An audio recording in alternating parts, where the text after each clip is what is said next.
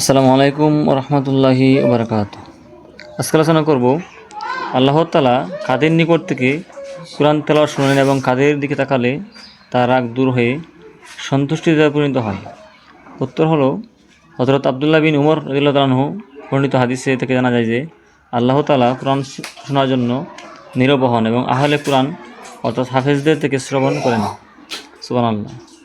নবী করিম সাল্লাল্লাহু আলাইহি ওয়াসাল্লাম ফরমান, আল্লাহ তাআলা যখন রাগান্বিত হন ফেরেশতারা তখন কথা আনুগত্যের প্রকাশ করতে থাকে এবং আল্লাহ তাআলা যখন কোরআন হাফেজদের দিকে তাকান তখন তার রাগ দূর হয়ে যায় এবং রাজি হয়ে খুশিতে পরিবর্তন হয়ে যায়।